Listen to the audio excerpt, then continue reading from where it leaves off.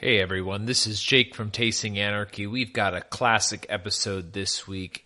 In this episode, we talk about a range of topics. It was from several months ago before I moved to Texas. In this episode, one thing in particular I thought that was funny was that I keep pronouncing Halo Top ice cream Hallow Top, but we also talk about yeast contamination, the genealogy of my family, what does audit the Fed mean to each of us, and the ongoing war in Yemen. So I hope you enjoy the show. Down in Petersburg, everything's fine. All them cats is drinking that wine, drinking that mess is their delight. When you get drunk, start singing all night, drinking wine, supposed you to drink wine. Wine, supposed you to drink wine. Wine, supposed you to drink wine. Pass that bottle to me. Drinking that mess is their delight. When it gets drunk, start fighting all night. Knock down windows and tear down doors. Drinking half gallons and calling for more. Drinking wine, supposed you to drink wine. Wine, supposed you to drink wine. Wine, supposed you to drink wine. Welcome to a hot and balmy Tasting Anarchy with your host Jacob Lindsay and joined by the other host Mason Joseph. It's like we're in Vietnam, man. Sweating it out. Like or Syria, I guess. Well, I don't know if it's bomb. Well, I guess on the coast maybe it's balmy in Syria. Yeah. Well, wait, no. President Trump's around. It's balmy in Syria. It's balmy. That's true. Yeah. Oh man, that's an awful it is balmy. Joke. Right. I am so sorry to have made that joke. Well, yeah, we record out of my apartment here in beautiful Norfolk. Not in the most beautiful part, but it's next to the river. Yeah. So it tends to be there are some more nice humid. places. And just southeastern Virginia in general is pretty hot and humid. Well, and then your apartment doesn't allow the air conditioning to come on until they have it's a weird deal. Day. So, and actually I think we've gone over this in the show before, that the entire building's heat and AC is controlled from a central location. So we can turn on the individual units in our apartment, but they only do hot air in the winter and they only do cold air in the summer, but there's a turnover point that takes a couple of days. So right now it is blowing not hot air, but it's not really blowing cold air either. So it doesn't really make any difference. It does help circulate the air a little bit. Yeah.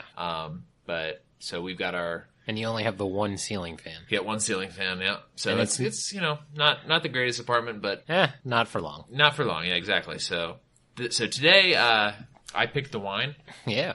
And it is and I brought my Wine Folly book because I would read this wine's title as Petite Petit. It is not Petite Petit. Oh. So because this book, this is a blend of two French grape varietals, and the first, it's 15% Petit Verdot, Petit, so that would be, I guess, the second word, so Petit, so it's Petite Petit. And it's 85% Petite Syrah. Syrah, yes. Which you thought was a white. But it's not a Syrah, it's a Petite Syrah, it's a different varietal. So, which is interesting, and that's why I brought the book, because I was looking up some interesting things. They're both grape varietals. The Petite Syrah is it's a combination of two types of French grapes. It's the combination of the Syrah and apparently it's a small varietal grape that is only grown in the southwest of France called Pellerosin, and I don't know if I'm saying that correctly, but I'm sure it's in the book somewhere. Yeah, I was gonna say, like, the pronunciation doesn't sound French, but what you're saying doesn't sound like it would have like a French way of saying it. Right. So I mean, it's Pelleroursin, Pellerosin. That would be as close as I could get. Yeah.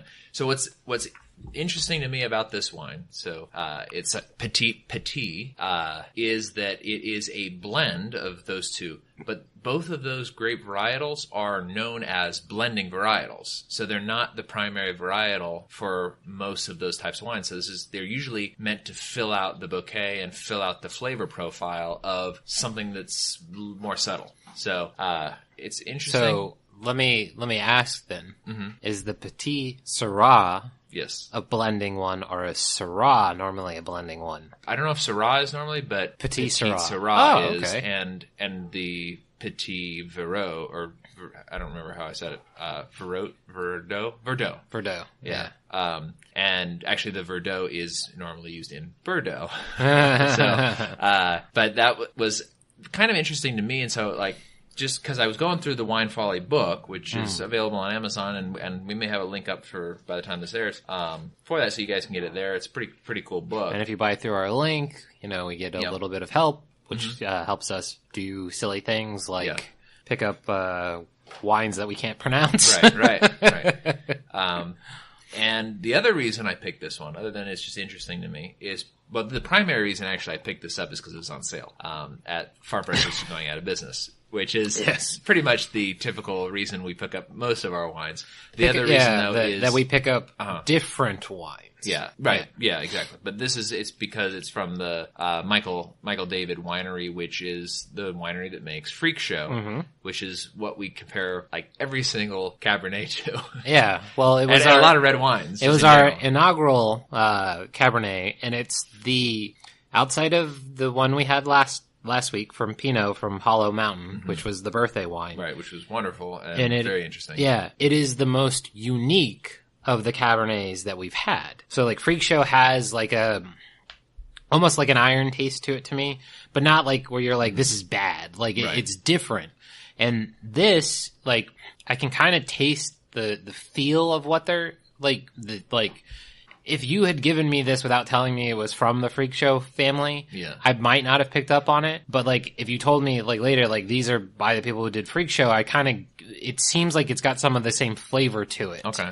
But the same region. I mean, the winery's the same. And the all of these grapes that they use are from the Lodi area. Yeah. So speaking of the Petite Petit, so the bottle is really interesting because it's got a very exaggerated neck, and it's very stout when it widens out. It widens out to more than a normal wine bottle.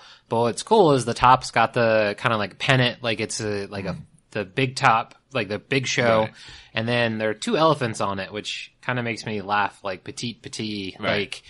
I wonder if there's like, if you knew French, if there was something, like some sort of joke in the name. I know that like La Petite is like the little one, or little ones or something like that. So I wonder if it has something along those lines.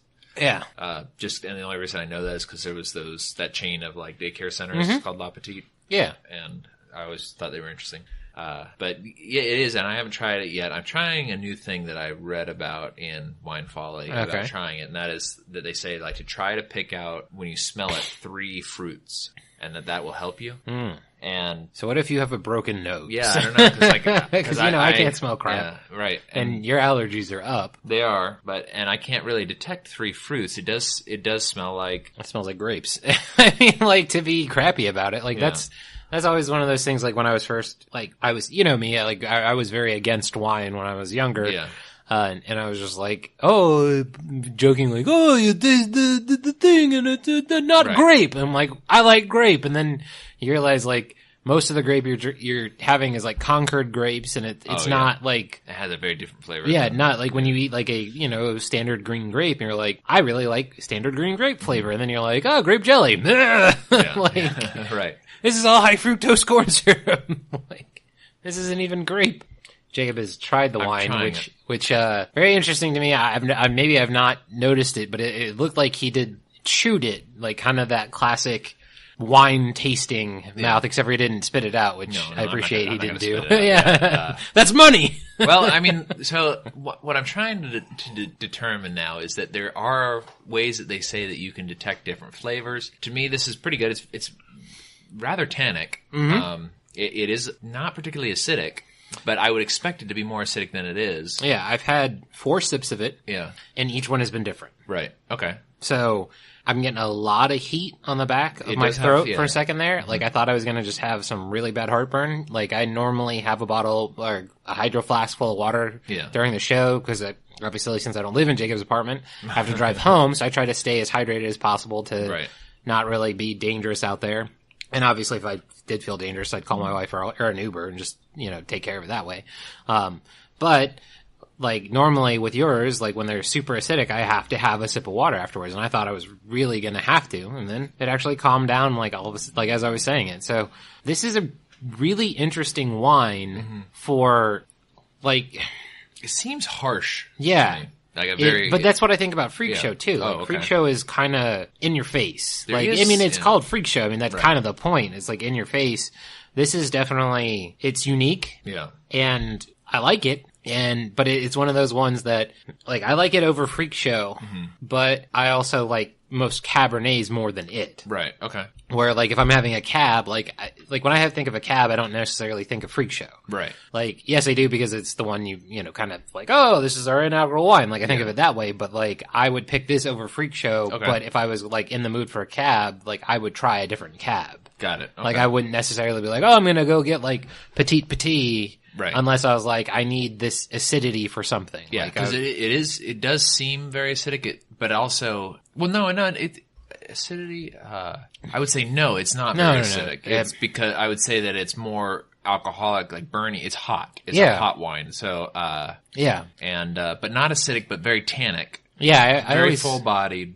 It does have like a heavy mouthfeel, but it's not, but like flavor-wise, as far as like fruits and off flavors and things like that. I mean, it tastes kind of like a red wine. It's, you know, maybe like a, I wouldn't say a sour cherry, but kind of like a cherry flavor, maybe plum. Well, you know, my classic, wine drinker's dilemma. Red wine tastes like red wine. Yeah. Whites taste like white. Like that. But, you know, that's the, you know. Do you detect any sage in it?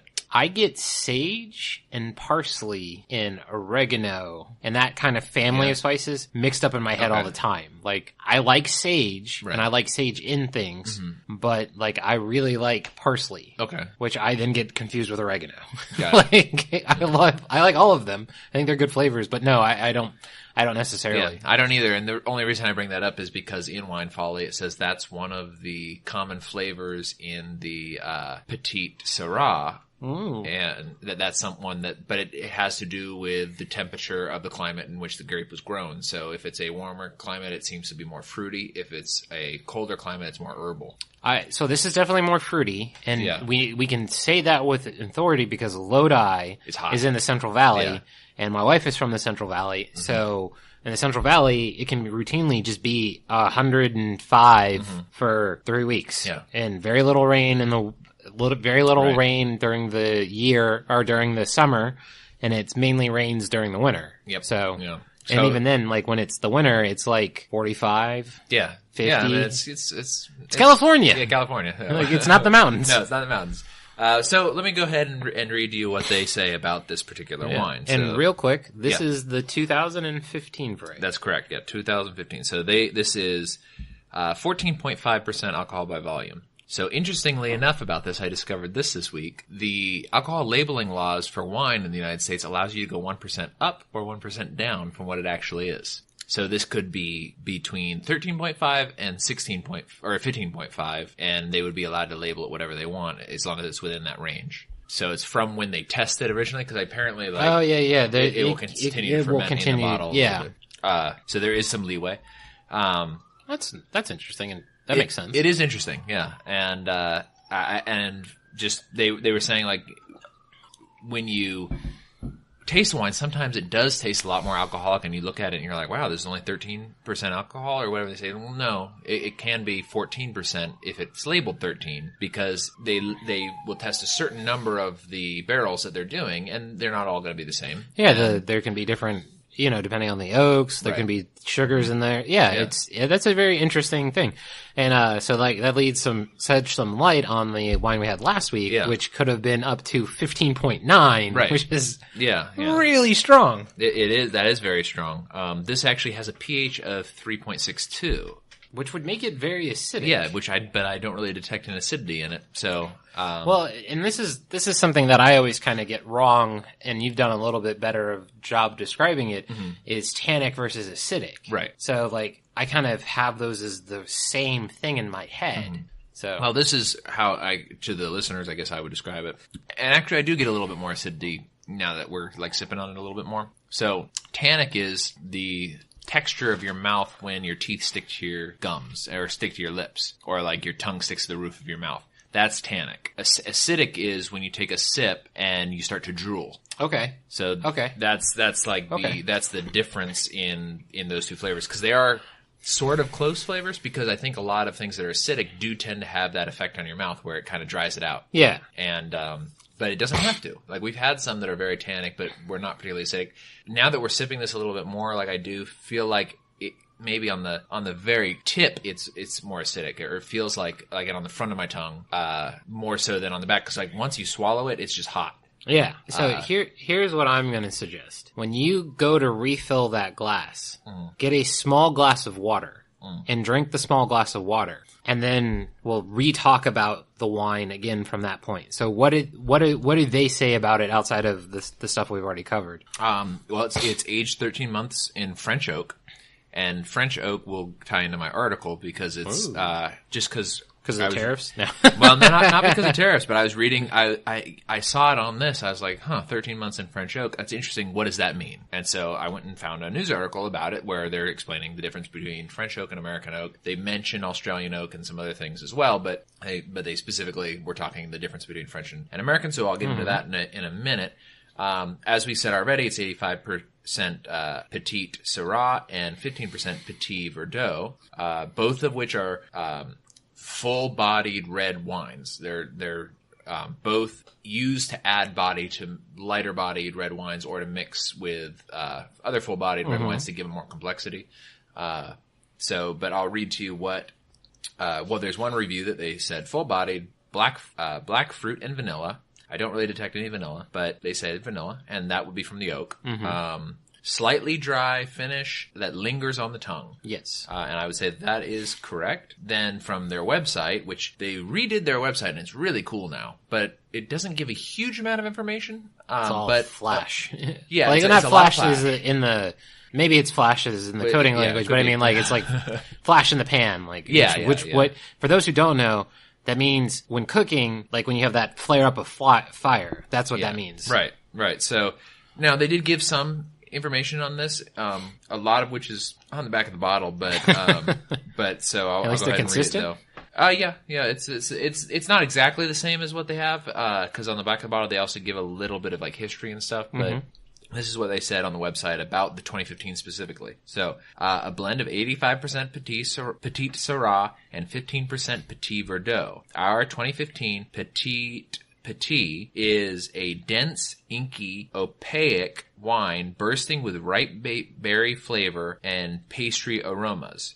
I don't really detect pastry because I would think that smells more yeasty, but whatever. I just took out of my one nostril that I can breathe out of today. Yeah. I took a huge sniff and I only got rubbing alcohol. Okay. Like I started getting other flavors and then like just massive rubbing alcohol. Okay. So rich and weighty, Petite Syrah, robust tannins are rounded out by the softer, lush mouthfeel of Petit Verdot. Flavors of summer blueberry, puffed pastry, black pepper. Black pepper, that sure. I would agree with pepper. that. Yeah. And vanilla stretch out over a seductive, lengthy finish. All right, so this is going to be completely off topic. Yeah. I really now want to make a puff pastry. And then, like, kind of cook the berries in a pepper vanilla sauce. Oh, that'd be interesting. To just match that, because that sounds amazing. Like, to me, like, you know, I know you don't, like, you're lower carb intake, and I generally try to keep a lower carb intake. Yeah. But that sounds good. A really good dessert. And pastry has always been my weakness. Yeah. I'm not really into, like, well, actually, I do like ice cream, but not really into candy and things like that. Yeah. But like puff pastry, like or like donuts or pie, not cake so much, but those types of things have always been my like the hardest part for me living like a low carb existence. Yeah. So and then they have some food pairing notes that I copied just because I know that you always are like, oh, I'd pair this with like fish. The complete opposite of whatever. Right. And they say, winemaker Derek de Vieres loves to pair Petite Petit with juicy prime rib. So. Okay, it definitely would cut the fat. Yep. Then you were talking about you had beef Wellington the other night, and this would go really well with beef Wellington. It would, and I thought about ordering a nice glass of like Cab or something like that last night with the beef Wellington, because I was like, oh man, that'll go really well together. But Victoria bought me for my birthday this really, really great red blend that I cannot remember the name of, but I took a picture of it. That's fine. And it was super, super acidic, but like and also very, very hot. So it was like a very acidic, very hot wine. It's very interesting. I might get that again, except for it was expensive. Oh. Speaking of which, this is normally $18.99. Total Wine has it for $18.99. It was on sale at Farm Fresh because they're going out of business, but Farm Fresh had it marked up $1, so I got like a $1.60 off, and so it ended up being roughly the same price as Total Wine, a little bit less, but I kind of liked part of the. We talk about subjective value and stuff like that. Part of the fun of a sale is buying more than you really need. It can be, or thinking you're getting the deal. Yeah, think you're getting a deal. And even if you discover you didn't later, like, especially for the wine, like, I didn't get a single wine so far from that Farm Fresh closeout that I didn't like. So I had 2 varietals that I had not had. Well, this is the second varietal that I hadn't had before. I've never had a Merlot as far as I know. My guess is I probably have, but just never made note of it or anything. I had a Merlot that was decent. Not really one that I would get again just I would maybe try the varietal again, but that particular one I was just like, okay, it's good, but It's one of those ones where it's like, you get 2 of them because it's on sale. Yeah. Try the one. You're like, all right, I may not try this again, but because it's a variety you've never had before, then you try several other Merlots and you come back and you're like, I just don't like Merlot. Is that like what you find out, or is it like, no, like this one isn't that great? It's like the New Zealand Pinot Grigio. Sure. Like, it's just different. Right. And it's not what we go in for. But yeah, like that's like so for those that don't know, early March, Farm Fresh, the super value company that owns Farm Fresh, which is a local grocery store, 33 of them, but they've been here forever. Growing up, they were the high scale grocery store compared to Food Lion when I was a kid. That wasn't like this place called like Farmer's Jack's, which was like really supposed to be a farmer's market, but like a grocery store is weird. But Farm Fresh was the one. And so like Farm Fresh, they sold off most of the stores. Some of them are going to close, but they've been liquidating the inventory at most of the stores. So there's one close to my house, and then there's one kind of close to my house. Yeah. And so last night I hit both of them. Oh, okay. And then went to Harris Teeter to buy ice cream. Yeah. Because like I was like, I wonder what the deals are like. And they had, like I ended up getting this sweet Riesling that my wife really likes, and then a bunch of jam because the jams were on sale and they were like fancy jams. And I was like, my wife makes Sunday breakfast usually, and like I'll have an English muffin, and so I got some fancy jams to have on it. So it's like, oh, black cherry, and then like apricot, and then this old French recipe. So I know the allure of sales. Yeah. Speaking of ice cream, have you tried the low carb ice cream? I think it's Holo Top or HOLO. I've seen it. It's pretty good. Well, I've had a couple that were not great, but their mint chocolate chip is pretty good, and it's low carb and low calorie. It's pretty good. I like it because like I've had a sweet tooth lately, which is unusual for me. But I think it's just because we've been so hardcore low carb, and so I like my body was like I got to have some sort of treat, and that isn't wine. and I have actually been drinking way more wine than I normally drink, and that might be part of it. Is that like my sweet tooth is like, come on, man. And but we've got this Holo Top, and they had vanilla at Farm Fresh and chocolate banana or something like that. A couple other flavors that we got, and the chocolate banana was okay. But this mint chocolate chip, I was like, this is like real mint chocolate chip. It's great, and it's real low carb. But anyways, that's neither here nor there. One of the things about this wine is that it is aged 13 months. In French oak barrels. And so that leads me to my article, which is, I guess, really the extent of what I have to share this week. And the article is by Nellie Ming Lee. It is from Post Magazine. The title of the article is Wine from French Oak or American Oak. What a difference a barrel can make. And so just to kind of summarize the article, she goes through and says what the difference between American oak and French oak is. And French oak is really interesting because there's a number of forests that they harvest their oak from, and just like all of the wines in France, it's regional. They call them different things. The barrel size is different, and the barrel size really affects flavor, which is interesting. That makes sense because it does, because you have more surface area on one and and a smaller barrel, even though it has less surface area, it's affecting the wine in a more concentrated area. Yeah, I was thinking because one of the things that happens is like in whiskey making, it's like the loss to the angels or something like that, which is the amount that's absorbed into the wood of the barrel. And that was another thing that they said in this article is that because wine is absorbed into the barrels, the second-hand barrels will be used for something slightly different, and then the third-hand barrels will be used for something slightly different, and then that's the extent that they'll use them until they're sent to be refurbished. And then they're usually refurbished and used for a different type of alcohol. And sometimes they'll use them again, or they'll sell them to Americans or something like that.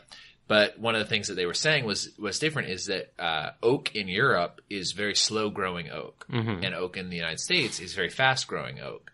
And so this creates the fibers in the wood in America are much wider, and so they let a lot more wine in. So when the oak is breathing and like expanding and contracting based on the temperature, it'll let more wine in and out, which means that it will oak age much faster in American oak barrels than it will in European oak barrels. And also the difference between American and French is the French oak barrels are also naturally aged or naturally dried, whereas American oak is kiln dried. And Americans will also add things to it. They'll add charring and they'll add other things to the oak to make it have a certain flavor. So it's much more of a, I don't want this to sound like a bad thing, but it's more of like a factory process. Well, they condition the barrel. Yeah. So the European is much more the barrel is what it is, whereas like the American sounds like it's we're shooting.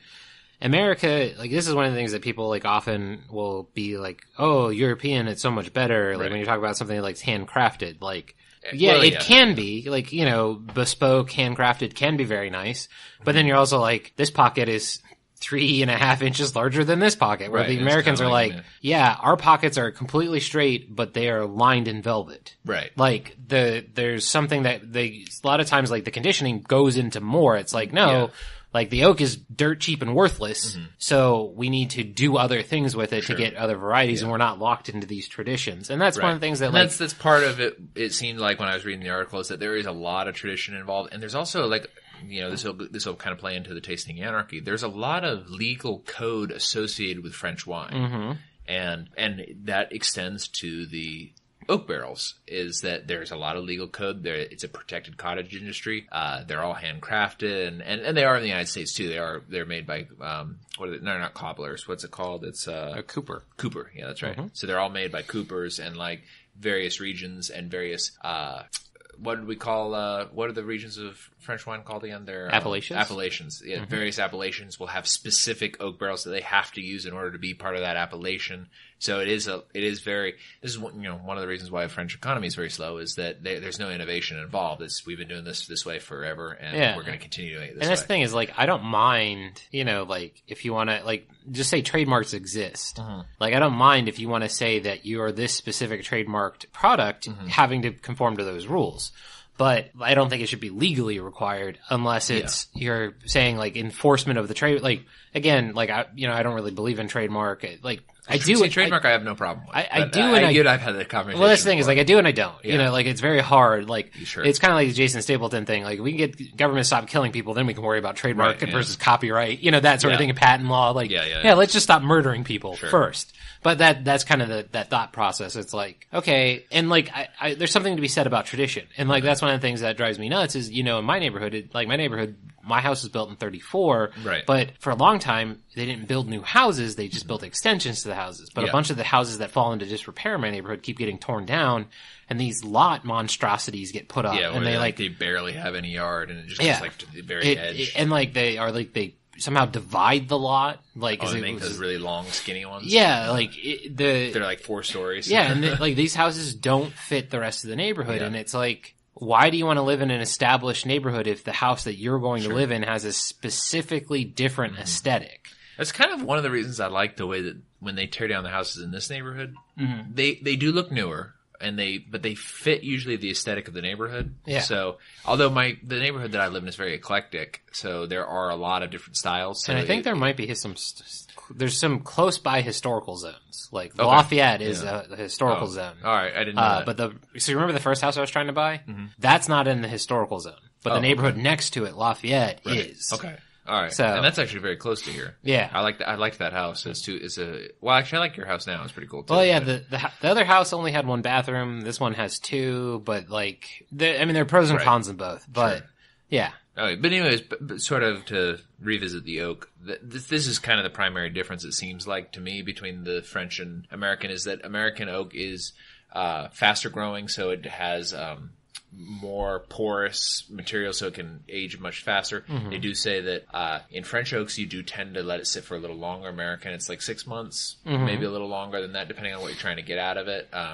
But with the French, it's going to be more than a year most of the time. And so this particular wine is aged in French oak. I don't detect any of the typical oak flavors. Like they did mention in it that vanilla is present. I didn't detect that. It's clearly not new oak, because new oak usually has this overpowering butteriness. But the article was very interesting. I'm gonna post it in the show notes just because it's sort of something I've been wondering about. So that informs part of the conversation from last week, because remember the Pina Hollow Mountain was 60%, 66% new French oak. Yeah, and that actually did have the buttery smell, and I remember mentioning that, but it didn't have the taste. Yeah, which was interesting. So this may be, because these are more robust flavors, this may be all new oak, or a blend of new oak. Yeah. So, but I was sitting there thinking about, like, what if you did like a barrel that was every other stave was like French American, so like it had like a weird aging pattern, and then you used like varieties in it that needed longer or less time to try to see. I think it'd probably be easier if you did like 1 barrel of American oak, 1 barrel of French oak, and then just blended the two. Well, that wouldn't be as crazy as what I was doing. But I don't know. That may create a completely different wine if you did one and like one. But like that might be fun as like kind of the scratch the top. Yeah. Like this is our 2015 variety. Sure. 50% in French, 50% in Virginia, American oak, aged accordingly. So, you're not sitting there leaving the American in for 16 months or whatever you were doing with the French. And then you don't know until you take the cork out. And the cork's got a stamp on it or something. Right.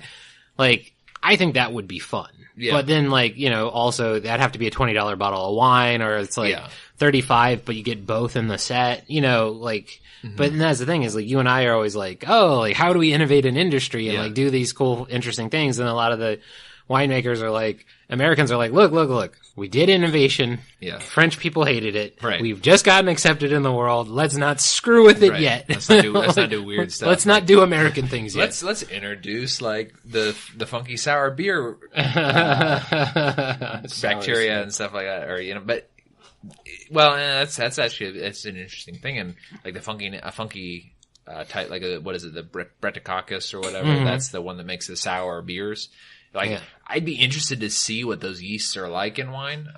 But it may be terrible. Who knows? I know Napa is terrified of them. They are, getting up there. They don't want those weird. Yeah, those weird. It's not beers. stoppable. Right. As my understanding is, it's once it gets in the air, it's in the air. Well, what's interesting to me about that is that type of yeast. So my favorite salami is this Genoa salami that they make in San Francisco.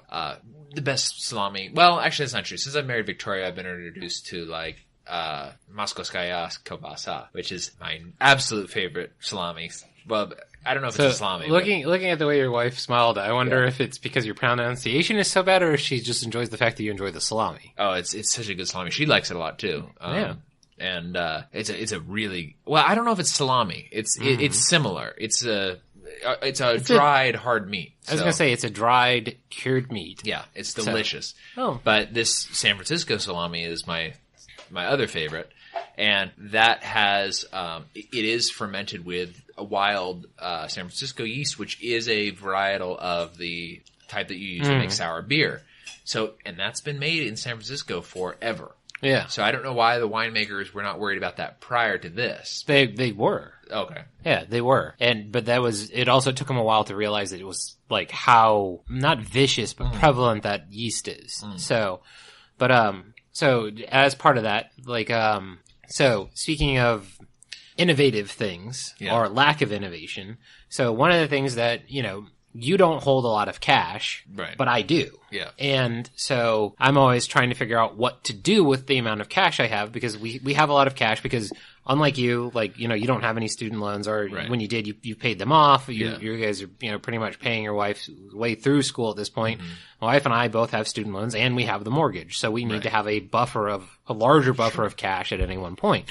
And, you know, you got to try to find. Well, my buffer is silver, which, you know, that takes time to convert and all that sort of stuff. So, But, and that's the thing is, like, I also have enough credit card credit that I could truly get I could make it like a year or more on the credit that I have and not burn cash if I didn't have to, you know, and be okay. So what my question is, though, is, so, like, there's a guy, Simon Black, and he runs Sovereign Man. And Sovereign Man is, they do a lot with Peter Schiff, or they don't do a lot with Peter Schiff, but, you know, they're in the same kind of market as Peter Schiff.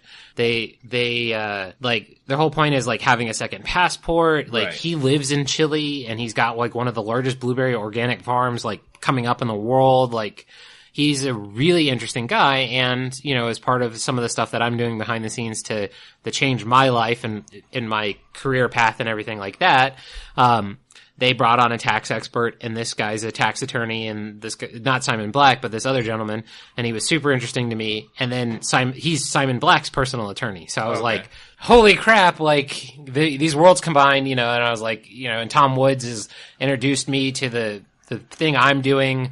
And then, you know, like, Simon Black's tangentially related. Like, all these things I'm just super excited. I'm like, yeah, like, this is gonna be great. So what I've been wondering is, and Simon Black was talking about this, it's kind of like, how exotic do you get chasing return? Because, like, you can't put your money in the bank and you can't get a return. Like, the bank's loaning it out at, like, 16% for credit cards and stuff like that. And I'm trying to get 3%. Yeah. To beat inflation. So, like, you know, my question to you is, treasurydirect.com, you can buy the, you know, 28-day T-bills, which are, you know, almost guaranteed to get your money back. Yeah. They're guaranteed until they are not. Yeah. And that's the thing is, by the time that the T-bill isn't guaranteed, I think there's other problems that you'll see. You know, it's like, I won't have debt because it will, like, I'll have been inflated out of debt, or I won't live in the country and, like, they won't be able to collect on me, you know, like, that sort of thing. So, but as an anarchist and as somebody who, you know, like, they launched 103 missiles at Syria for, like, unknown reasons that, like, the reason's known. Saudi Arabia wants to build a gas pipeline through Syria, which I don't know why they don't just lay an underwater pipe through Egypt or something like that. Like, whatever. Whatever the deal is, yeah. Whatever the deal is. But is it wrong to give the government a 28-day loan and bilk you to try to get, like, 1.48%, given that I really can't get better than that anywhere else? Right. Well, this is, I mean, you and I briefly talked about this when we went to that charity event on Thursday for the food bank. And I don't really, I'm not going to say that, like, it's morally wrong or morally not wrong. I'm going to say that, like, you've got to do what's best for you. So there's a hierarchy of responsibility in this world. Your number one responsibility is to yourself. Your secondary responsibility is to your family. Your tertiary responsibility, I guess, the third responsibility would be to your community, and then it goes on from there. So, and you can break any one of those things down to subcategories, right? Because it's like, my responsibility is to my daughter before my wife, but like my wife before my parents. Oh, see, I have, now granted I don't have any kids, so, like, I have a weird perspective on it. The reason, like, I value myself over my wife is because if I'm not taken care of, I can't take care of her. Well, no. So, like, I agreed with I'm just saying, breaking down the secondary level, I would say that, and this is a really cold-hearted, like, weird Jacob position on things, is that you can make more kids. No, see, that's the thing, is it's not a cold-hearted position, because that's the historical context, is you can always have additional children. Or attempt to have additional children, especially, and as a man, like, back, you know, forgive us. Yeah, I mean, forgive us those who are not men, but, like, up until 100 years ago, most guys, if they were going to live to a certain point, were probably going to get married again. Well, and have additional children. So speaking of that, which is interesting, you know, I've been doing this genealogy research. Yeah. So Solomon Lindsay, my fifth great paternal grandfather, had 7 kids with his first wife, Mildred, or not Mildred, Myrtle, or something like that. Anyways, doesn't matter what her name is. Because you're not related to her. No, I am related to her. Oh, no, okay. So, but I can't remember what it is. Some old woman name. And it's Myrtle or Mildred or something along those lines. Then she died of fever, which is like the least descriptive thing for somebody to die from. Yeah, but this is 5 generations back now. Right. Given your family, your family has children younger for the most part. So like that person could have been 1880, whereas like in my family, So Solomon died in 1909. Yeah. So and my great grandfather or my grandfather was born in 29. Okay. Or he was born in 21. Okay. So that's less than less than 17 years before that. Yeah. Like this, he passed away, and this is fifth generation back. Yeah, right. Yeah. So but after his wife died, he met his second wife at the ice cream social, and they had 5 kids. So he had, like she said, an enormous amount of children with 2 different women. But when you look at the history, just all of them died. Like, well, not all of them. Like 6 or 7 of them survived and had kids and stuff like that. But like, I've been going through these newspaper articles, and it's like, oh, poor Arlie Lindsay died of fever. It's like, what is fever? Why do these people keep getting it and just dying? and actually, Solomon had a horrific death. He had mouth cancer, and it's like documented in the newspaper where they're like, well, Judge Solomon, he went to so and so to consult with a cancer expert, and it's pretty bad. And they keep going like, he's not getting any better. Like so like, it's so weird, old newspapers, cause they have like tidbits on like everything. So it's like, actually there's one where like, one of Solomon's second wife gets what's the predecessor to the, record player? Is the phonograph? Phonograph. So it's like Miss Lily Lindsay or whatever her name is, will never be lonely again because she just got an Edison phonograph. But that's the extent of the little tidbit. Like, it's so weird. Like, it's so weird that these are the things that they do. They have a really good one where like his son Ora, his name's Ora Arley. So Ora Arley went to Kansas City and he brought back a new suit of clothes. Watch out, girls. That's the extent of the article. That's very risque for like the time that I'm imagining this being written. Yeah, it was like 1886. Yeah. Like, just very strange. Like, and where is this? This is Taney County, Missouri. Taney County? Yeah, Taney County. Okay. So this is like, this was we should go to Missouri. I'm definitely going to go because I'm going to try to track down more pictures of these people. But we should go find your family that lives in Missouri still. Yeah. And make fun of Jason Stapleton because he always makes fun of Missouri. Right. Well, this was the frontier back then. So it's funny because like he moved. Well, it wasn't, but back when Solomon moved there in the 1860s, it was. There was in that because that's the furthest 1860. Okay, that's the furthest west of Missouri. So, like, there was nothing there. And the furthest west in Missouri itself. I was like, but Missouri is not the... Well, it was a frontier of his time. Yeah, I know what you mean. But it's also interesting to me is that, like, just through doing this research, is the way that, like, America was settled by white people is, like, they're coming east, but they're also coming west. So it's like there's a big gap where they just don't go. Well, so it's like, we're going from Missouri to California. Well, having been through Arizona, you can imagine why you were like, I'm not going to live in Phoenix until air conditioning comes along. You're like, I'll live here now that I don't have, and then automatic doors where you don't have to touch the door handle.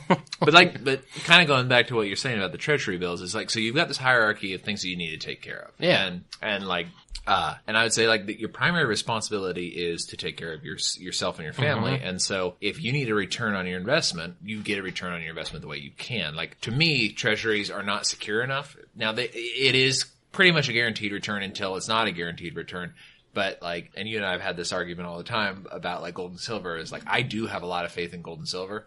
And I keep it as a security. It's not going to give me a return, and I'm not interested in it as like an investment, but I am interested in it as a security. So my thinking has, my ability to express my concern has improved in that regard. I've got like $400,000 in debt, including my house. Right. I don't need security. Right. I guess I don't like if inflation happens, then when I'm out of debt. Yeah. Then I'm like, I wish I had security. Sure. But until I don't have debt, kind of the classic Dave Ramsey like standpoint of like, why are you investing when you're like paying 5% in interest and that sort of thing. So like my thought with the T-bills is, so I paid my taxes this weekend, and I always engineer the situation where I owe the government money. Right. And, well, that's a good, because you don't want to give them a loan. Yeah. So with the T-bills, you're giving it a loan. You're just getting a return. Yeah, I'm getting a return on the loan. So you don't want to give them an interest-free loan. Correct. Right. Correct. And I also paid it with my credit card this time, because as I worked out the math, it's like 2.95%. So my wife is flying her mother out to visit us in the July, and my daughter has no nieces or nephews on my side of the family. And her youngest niece on the other side of the family is, let's call her 9. So my mother-in-law wanted to fly her out last year and just didn't have the capital to do it. Yeah. And, well, to be crappy, I didn't feel like paying for that too, because my wife was giving up all these airline miles that we, save up throughout the year. Right. And, yeah, it's crappy, but like my daughter was also not old enough to appreciate it. She was under 1 at that point. Right. And now that she's almost 2, she's old enough to appreciate somebody who's that interested in her. That isn't like grandma. Like it makes sense now. So, I spent I had to pay $4,000 extra. So, but it cost me $80 to pay with a credit card compared to whatever the flight was going to cost, which, as you've been, recently doing the numbers on. Well, you've known for the last 15 years. Flying to California is expensive. It is. Well, and also particularly here in Norfolk, because it's kind of like a travel dead zone. Well, to get out of here is expensive. It's because it doesn't make sense to land in Norfolk when you could theoretically land in Richmond even. Sure. And Richmond doesn't make sense because you could land in D.C. Yeah. Because it's on 95. Right. Which is the, travel corridor. Yeah, it is, yeah. So, I mean, it makes more sense, but it's still frustrating which is, one of the reasons it's frustrating to all of us, Yeah, which is one of the reasons why Victoria and I chose Dallas, is just because it's a travel hub, and, it makes it easier to get out and go other places. Oh man, I'm going to have so many rewards miles, hopefully. I will just be flying you up. Screw it. Come on. Right. Well, I mean, we may have it. We're thinking about switching to getting rid of some of my credit cards and doing Alaska. I would not get rid of any of your credit cards. Right. Or just stop using them. You use them, but you use them for reoccurring dumb things, like Hulu. So, well, I heard that as long as you're maintaining your available credit, that getting rid of them. So if you open one for 1,000 and get rid of one for 1,000, then it doesn't actually do a credit. Anyway, it does impact you. Out of the purview of the show. The biggest. So this is actually part of the show. Okay. Because this is how true freedom would work, is what factors impact a business's review of you compared to what the government says about you. So this is actually kind of useful. It's the age of your credit. The biggest impact on your credit is the age of your credit.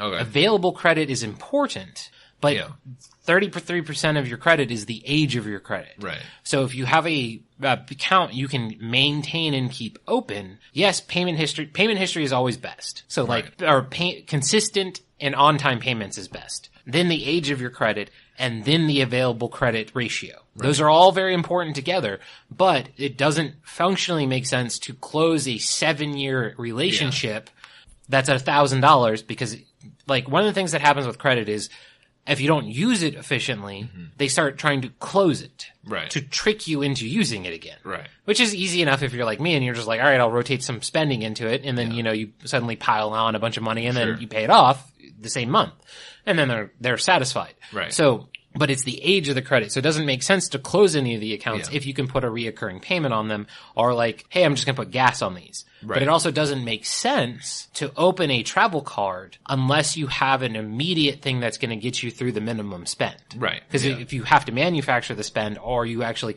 have to then go spend it and you wouldn't normally, then it makes no sense. Well, the reason we were talking about it is because we are planning this move. There is a lot of moving expenses we could put through it. And then that would give us, the initial on the Alaska one is 30,000 airline miles. And then you can also use the card to purchase more miles. Well, you can do that with every one of them. I see. This is interesting to me that they allow this, because you can purchase more miles, and then they do deals where they'll be we'll give you 40% more miles if you just buy the miles. Yeah. See, the Alaska card doesn't make a lot of sense, because you can get like the Chase Freedom card, like the Chase card I have, the the heavy metal one. Right. It's points transfer into almost every program. Well, the reason the Alaska one makes sense is because if you buy your Alaska ticket with the Alaska card, you get buy one, get one. So, and because Victoria and I travel together, we travel for the price of one. So we can use our miles for one ticket and then get an additional ticket for her. That theoretically does make sense as long as Alaska services the destinations that you want to go to. Yeah. And you're not trying to go international. Right. Well, they don't do international. So again, this is going to be like way too much information for people listening, but who cares? But the places I want to go are Sacramento, which Alaska flies to, Seattle, which Alaska flies to, DC or here. They don't fly to here. They go to DC. They do go to DC, which is close, and it's super cheap to fly into DC. And with miles, it's very inexpensive. So I do have family up in the DC area. So if I was to fly back out here to see you guys, well, I have family in the DC area too. So theoretically, if you were going into DC, it would make sense for us to drive up, spend time with family while you were spending time with family, and then drive you guys back down for the visit. Yeah. Like that would make the most functional sense. That would be. Especially like if Lillian or if my daughter's older, like we can. It'll be better because she can enjoy the time with family, right? And then kind of fly back. Yeah, back especially as she's getting a little bit older too. I think she'll understand a little bit more what's going on. Yeah. Whereas like now she's just like. Well, I mean that's the thing is you guys will see next weekend. You guys got to come over next weekend. But like, all right, well we'll see. I think I have to work next weekend, but. Like, we called my sister FaceTime for the first time today. And my daughter was like, knew it was her aunt. Oh, cool. Okay. And we called my brother and knew it was her Uncle Logan. And like, she hid her face from him like she does when she's in real life. She knew who it was. Okay. And like, she's used to calling my wife's family on Skype or Facebook chat or whatever. And we FaceTime with my mom every once in a while. And she, she recognizes them. But like, she recognized my mom's dog. And she was like, she'd been all day going, Ruby, Ruby, Ruby. Like, she wanted to go see my mom and see the dog. That's cool. And so she got to see her on the video call, which kind of made her that much more mad because she couldn't interact with her. But like, she's at that point and like, she's not 2 yet. And she's like, no, I know these people. Like, these are my Well, that's cool because I guess she's kind of like starting to develop a personality and like a line of knowledge where like, past events actually do impact future events now. So exactly. So it's like a cumulative. That's interesting. I like it. Oh, it's great. So anyways, to finalize my thoughts on the T-bills, so, I don't think there's any problem with this. And really the person who convinced me a lot of this is our top, Superior Grapes, Walter Block, who he may have taken this from Rothbard, but I think he came up with the saying is that you can't steal from thieves. And so the idea is one of the things that like, actually intellectual liberals or like the Chomskys of the world and stuff like that will say is they're like, well, And Noam Chomsky for those people. Yeah. Or Noam, I think is his name. Norm. Is it Norm? I thought it was Noam Chomsky. I mean, knowing us, we're probably both wrong. Yeah. I'll look it up. The only reason like I always remember him is because, like nom nom nom when you're eating something. They've got a picture of him eating watermelon and it says nom nom nom. It's Noam Chomsky. So Noam Chomsky. Yeah, okay. Okay. All right, whatever his name is. Anyways, but like he'll always like those types of like left anarchists or whatever will bring up, and actually he's pretty. Actually, I do respect him a lot because he is consistent on war, so like, he's got a really good war position. But thank goodness. They'll be like, well, if you use the roads, you're using like government services and stuff like that. So like, how can you be an anarchist who use government services like the roads? Because they built a prison around me. Yeah. Well, and that's what Walter Block said is he says, well, no, we're not using the roads, we're liberating the roads. And he says because Walter so much. He says it's an act of liberation. And he says when you use government services, and this is why like he encourages if welfare is available, use it. Like and use food stamps and use whatever services you can get. Don't feel guilty about it. They stole it and they've stolen from you before, and they steal from you. And they'll steal from you again too. So just use what you can get when you can, and because you can't steal from thieves. So and it's going to be very difficult to unwind this whole thing where he uses this a lot, where he'll be like, I've got this watch or whatever, and if you say that this is my watch, and then I say, well, I've got the watch on, prove it. He says, well, the burden of proof is on the person who doesn't own it. So if you can get this stuff from the government, get it, and then it's up to whoever it was stolen from to prove that that's not yours, because all of it, it's all been stolen from us, mixed together in this pool, and then redistributed. Yeah, and just do what you can do. Yeah, so this is my thought on it. So the bank we bank with, we both bank at the same bank, and it's a credit union, and it's credit union based on the government. So its stability is much more tied to the fact that the government still exists. So at the point other credit unions are failing, it's not going to be failing just because of the pure injection of capital that the government does into it by paying the employees of the government that bank with them. So if you don't know what credit union I'm talking about, you don't live in Hampton Roads. Right. Yeah, 'cause everybody banks with them here. Yeah. So I don't necessarily worry about that, but I worry about being able to access the money and having the money in a secondary thing, because I do have Bank of America, so I have, and I also have USAA, so I have two other banks where I can't get any better return than the bank that I do actively bank with. Right. But if I can get 1.8% or whatever it is relatively easy, and just turn around the amount of money that I need, quarter of my savings or something like that, it's every 28 days. That's a credit card cycle. I can get the money out in time to pay off whatever I need to do. So it's kind of one of those, that's kind of where my thought process was, but I was also 1.8% isn't that much. No. And I know that there are some lending services now that the loan is guaranteed half value in physical gold or silver. Okay. So, and there's one out of Hong Kong, and I heard about it somewhere else, and then in this podcast I was listening to that Simon Black was on, which is part of the Sovereign Man series, he was talking about it. And when I last looked at it, the return was down at 2%. It was it had just gotten flooded. So active market, which is great. A bunch of people came in and then drove down the return, and I was darn it. Yeah. I'm not getting out of bed for 2%. And then I'm here I'm 1.8%, something. Well, I mean, that's one of the, and actually this will tie into your other question later, is because I was watching some interviews with Rand Paul just to kind of prepare a little bit for the secondary question. Is you've had near zero interest rates from federal loan, or from the high level lending, and we get next to nothing for savings, but for so long, and it's creating these just massive distortions. Yeah. This is one of the reasons why we had the Twitter. crisis. The crisis in 2008 was because normally what happens with interest rates are the price of money. So for people who don't understand it's the price of time. So it's a time preference measurement. So normally what would happen if you or I were building houses, we would continue to build houses as long as we could make a profit on it, but we would need to borrow capital to produce these houses. And when the interest rate's low, 1% or 2% or whatever, and it's a natural interest rate, we'll continue to build. But as time goes on, and this is the other thing too that people don't understand. This is one of the things that bothers me about the college loans, is that the individual gets a different rate and the project that they're doing gets a different rate as well. Whereas this is the problem with student loans, is that federally guaranteed student loans at roughly the same interest rate for all of them. It's based on the education it's based on the level of education you're seeking, not the subject. Education you're seeking. Yeah, because if you're majoring in underwater basket weaving, you should have a 50% interest rate. It's stupid. To be honest, if it was underwater, if you were majoring in underwater basket weaving, you'd be the only person doing it, and I bet it'd be very valuable. But if you're getting an art degree, it doesn't make sense. Or political science, or poli-sci, psychology. Yeah. There are so many and that's the thing, is not that psychology is a bad subject. Right. There are so many people who only get an undergraduate degree in psychology, and it's okay, what did that prove? Right, exactly. So this is sort of the same thing, is going back to the 2008, is that the Federal Reserve Bank was controlling interest rates and allowing people to build these just massive amounts of houses, packaging the mortgages, selling the mortgages, and all this sort of stuff. And they were continuing to keep the interest rates low. And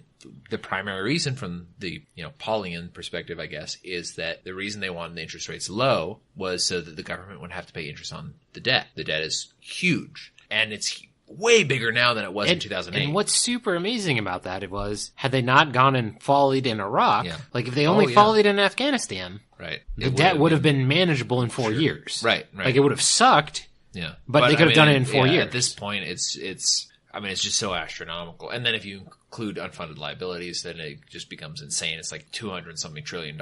But that's neither here nor there. That's not part of this particular thing, is that so you go through and they're keeping this interest rate down, and it causes malinvestment, which is what the Austrians always talk about, is that the boom-bust cycle is caused by malinvestment. If the market was left to move freely on its own, what would happen is you'd be building houses, and as you build houses, gradually the interest rates would go up because the demand for housing would be going down, so it would become a more risky thing. And as the interest rates go up, the building speed would decrease. And so you would have, at some point now, this is the velocity of growth in that market. So the law or whatever is that, the Austrian law is that forces tend toward equilibrium.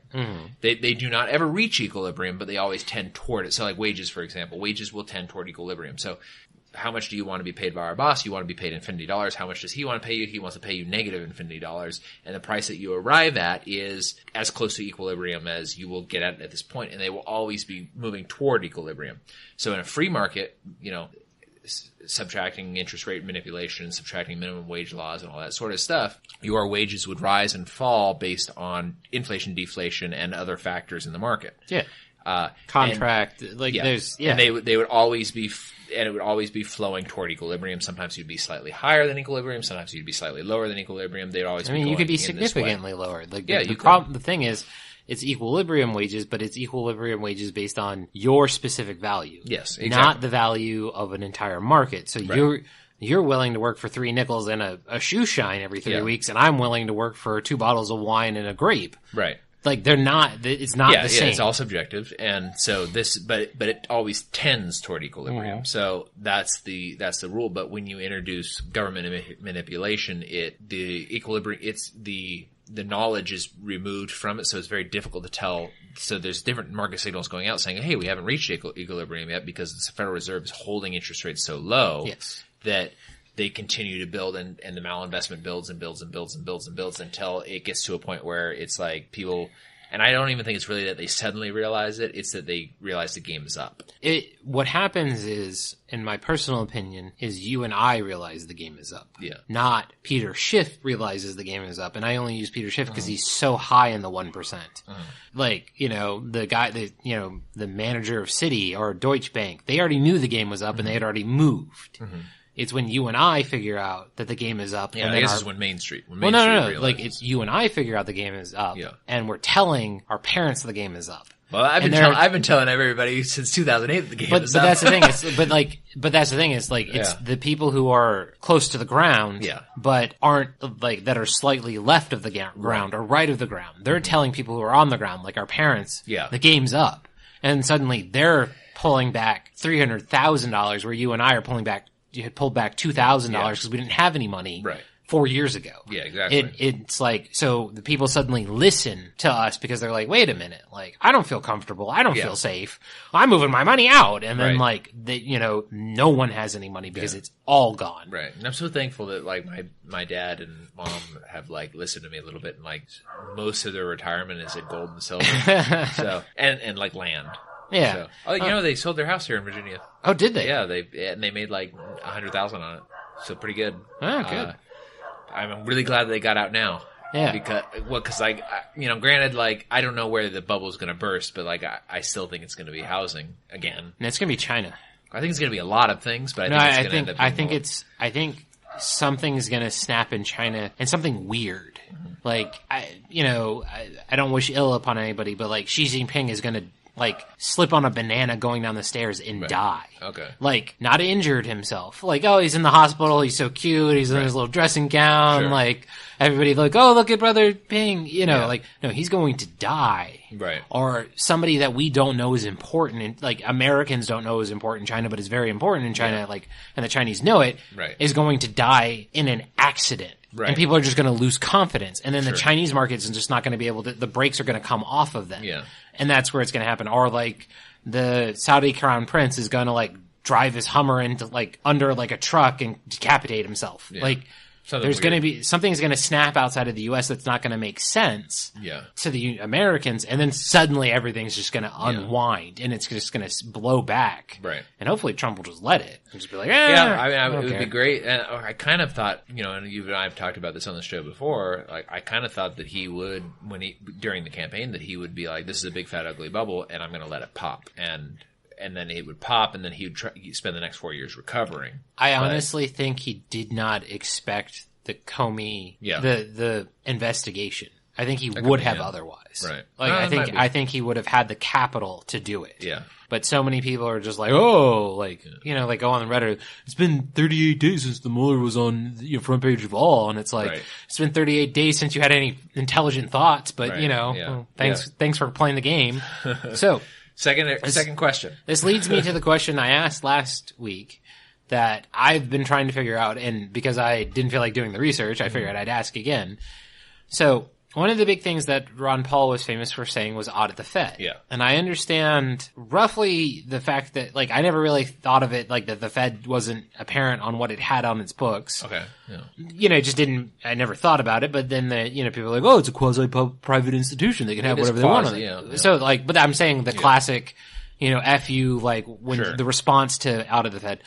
But but people are always saying, when they say audit the Fed, like, haha, I've got you. Because when we audit you, we're going to find out that you had 2 terabytes of, you know, Bitcoin. And that's the only, like, what is auditing the Fed going to do? Yeah. So, like, what's people, the people like Ron Paul, what do they think that this is going to accomplish for our movement? So I'm not entirely sure what the end game is for audit the Fed, but I know what they expect to find, but what the ramifications of finding that, I don't know what they think. Okay. So Rand Paul and Ron Paul, you know, have both proposed lots of audit the Fed bills, and actually Bernie Sanders has supported them a lot. And Bernie Sanders is a very anti-Fed guy, as well, which is interesting, but worries me about my position. Well, it's interesting because his point of view is that the Fed doesn't inflate enough. It doesn't do enough. Yeah. So so he wants Congress to be able to do this. But Ron Paul's position is that the issue is, from his perspective, or from what I gather is his perspective, is that the Constitution says that Congress should be able to issue coin in gold and silver. And the Fed does not do that. And Congress has passed all of the monetary power basically over to the Fed, which is a quasi-private institution. And one of the issues that both Ron Paul and Rand Paul talk about a lot in their things is they go, they do issue like a monthly statement, they issue a quarterly statement and a yearly statement saying what, you know, the things that they're doing or whatever is that, but the Fed has multiple times come before Congress, and Congress has asked them different questions, and they just say, we're not telling you. And this is, they say, we're not for the security of monetary policy, we're just not going to say. And I do sort of understand that, but. Well, as a private institution, I respect their right to say that. Sure. As the Fed, I don't. Right, and they're quasi-private. So they do have audits, but the audits are of only the documents that they release. And Ron Paul and Rand Paul's issue, it seems like, is that the issue is that they don't deal with everybody equally. Why do they give a bailout to this corporation, not to this corporation? And why do they buy stock from this corporation, not from this corporation? And and also, what are their dealings with international banks? And why would they pick to do some sort of deal with Greece, but not some sort of deal with Israel? This finally reminds me of what I think maybe on the Liberty Report, maybe on Tom Woods. Yeah. One of the things I heard at some point, and I think why I understood audit the Fed, and I was much more for it. Yeah. It's not that I'm against it now. Like I honestly think you should, because it's you know. Yeah, we'll get to like our thoughts on should you or should you not. Well, I mean, here's the thing: we both agree they should. Yeah. So, but that people were going to see the interlinkings of what the Fed was doing that they were not publicly saying. Right. Like when they suddenly were giving Citi $300,000 or 300 million or whatever it was, $3 billion, whatever it is, but not giving it to Bank of America. And like this is one of the things that like people crap on Bank of America all the time, but the federal government forced Bank of America to buy J.P. Morgan or whatever, whichever one it was, and then turned around and fined them like $36 billion or $16 billion for crimes that were committed before Bank of America took over, and then forced their CEO out. And he was the only one who was like, I don't want a bailout. I don't need a bailout. We've got plenty of money. Sure. Well, Wells Fargo is also one of those where they made the merge with Wachovia or whatever, and then it's fined them for a bunch of Wachovia stuff. Well, and that's the thing is Wells Fargo, but also Wells Fargo also wanted the merger. That's not true. No, no. Well, the Wells Fargo. So when the Fed was going through these bailouts issues, and the thing is that they told Wells Fargo, if you do not do this merger, and they said, we'll give you a pick. You can pick any of these banks that you have to buy. You have to buy one of them. and if you don't, we're going to remove FDIC insurance.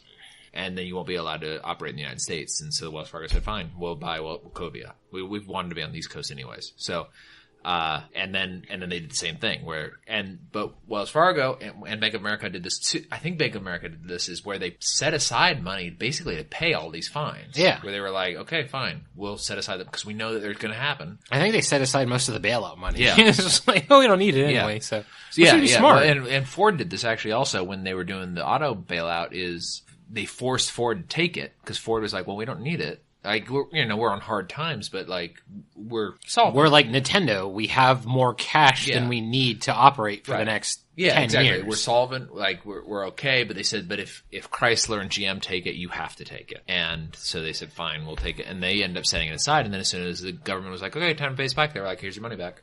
Like, we've just been earning money from the Fed on it. Yeah. And that's the other kind of back to the Fed. One of Ron Paul and Rand Paul's other issues is that the Fed pays banks to keep money in the Fed, and they pay those banks with our money. Yeah. And so, like, that's the other issue is they want to know, what are the interest rates you're giving the banks? It's not uniform. They say it's uniform, but they don't believe it is. And they do seem to give favor to different institutions over others. The idea is that they're supposed to remain non-political, but it's very clear that they are political because they are in favor of an expanding government. They always buy treasuries. They always will allow the government to spend more. And they do tend to help out the current administration. Janet Yellen resigned basically as a result of Trump coming into office because she was helping Obama. Yeah. And same thing with Ben Bernanke. He helped Bush and then he helped Obama because as much as people hate to believe this, Obama and George W. Bush, basically the same policy. Like there's a very strong continuation policy. Yeah. And that's kind of the New Deal thing. Yeah. Where people are like, Franklin Delano Roosevelt came up with the New Deal. Yeah, it's like, no, most Hoover. It was pretty much all Hoover who kind of hated the ideas. Right. But didn't have the testicular fortitude to stand up to Congress and be like, no. Yeah. We got through 21 fine without this crap. Right. And I was in the administration in 21 and didn't do anything. Right. And I was the guy kind of in position, if I remember correctly, he was in position to do stuff in 21 and didn't. Right. And I was just like, no, it's not our place. They all wanted, and at that point, like in 21, the Fed had only been around for 6 years, I think. Yeah. Or maybe 7. But they just didn't have the ability. They had the ability, but they didn't have the, I guess, gumption to do anything at that point. So, and the 21 recession was over, and it was a way steeper recession than the Great Depression. And this is what's so frustrating is like, because JP Morgan was basically like, you have to create the Fed because I'm tired of you coming to me, or whichever one it was, like the. Well, it was cool because JP Morgan and there's a couple of others. This is the Jacob conspiracy of why we entered World War I was because JP Morgan and I think it was it Rockefeller that was the oil guy? Yeah. So I think those two got together because JP Morgan was like, I'd like us to kind of start easing off of the gold standard, but we can't really do it with the Tsar because the Tsar has just ridiculous amounts of gold on hand. And Rockefeller was like, yeah,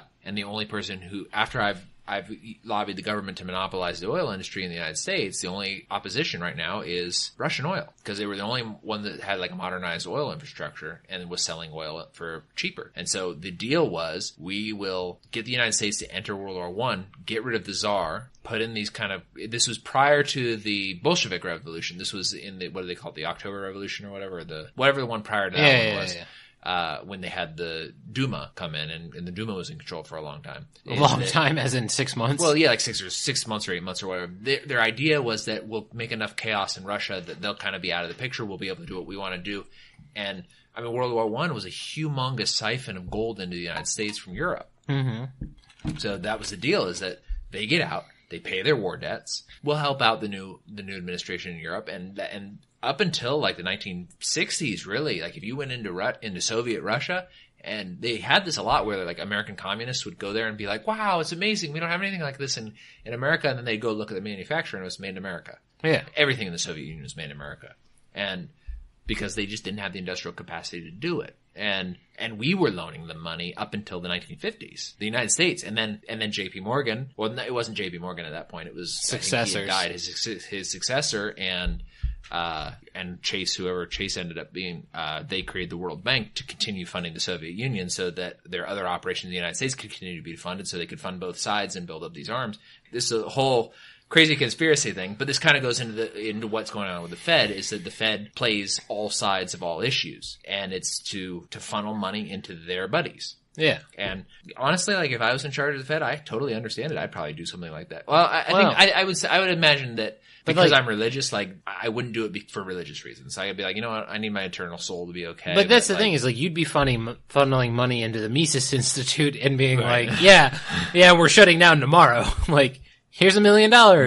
Like, the least amount of money you could. Like, but that would be meaningful. Yeah. But kind of continuing to, like, go on the research and stuff, like, honestly, I don't know what Ron Paul and Rand Paul's endgame is. They want to audit the Fed. Honestly, I think that would be a valuable thing just because I would like to know what they're doing. I don't want them funneling money into, like, these terrorist organizations. They probably are. Well, and that's the thing, is, like, I rarely think the Fed is doing these things. I think it's the arms of the, like, and that, like, the white hats, like, sure. Like, they're the only people who reported the damage in Syria, like the gas attack, supposedly. Right. And there's a lot of inconsistencies on that. Yeah, but that's the thing, is, like, you look at who they're funded by, and they're funded by the Saudi government. Sure. And, like, this is one of the things that, like, always interests me. Aramco, which is the Saudi oil company, very, very wealthy. Right. $1 trillion company. Dwarfed by everything in the United States. Like, just the pure amount of money in the United States. Hillary Clinton was bought for $16 million. Like, that was what the Uranium One deal was. Yep. $1 million. Again, people, $1 million. Right. It wasn't $1 billion. It wasn't $100 billion. It wasn't $1 trillion. $16 million. Yeah. Almost was president of the United States. Right. And you're complaining about the guy who's $3 billion. And, before Trump, do you know who the richest president ever was before Trump? No. I take a guess. Who I think was the richest president before? Well, Reagan was an actor, but he wasn't a popular actor. I have no idea. Yeah, I have no George idea. Washington, the first one. Okay, all right. $500 million. Okay. He owned most of the country. Yeah. He owned so much of Virginia through his wife. Do you know? And Virginia was the most valuable thing you could own in the United States. Do you know the comedy troupe, The Whitest Kids You Know? I've heard of them. They're hysterical, but they're the lead guy. He's actually from Charlotte. He does a George Washington rap where, like, George Washington, like, talks, like, he's like, it's all about him growing hemp. And being like whether it's a brick or an ounce, like, I grow it all, and and does it, and then he's like, take it, Thomas Jefferson. And Jefferson's like, it's kind of like Coolio's Gangster's Paradise. Yeah. So it's kind of along those lines where he's like, take it to Thomas Jefferson. He's like, ba-da-ba-ba-da-ba-da-ba. It's not exactly that tune, but it's sort of the same thing where Thomas Jefferson's like, basically like, get money, smoke weed, fuck the government, F the laws, we're gonna write our own. I love that whole style. Like, one of these days I'll play it. Maybe I'll put it on this episode at the end. But, so that's the thing, is, like, you're worried about the richest man who's ever been president.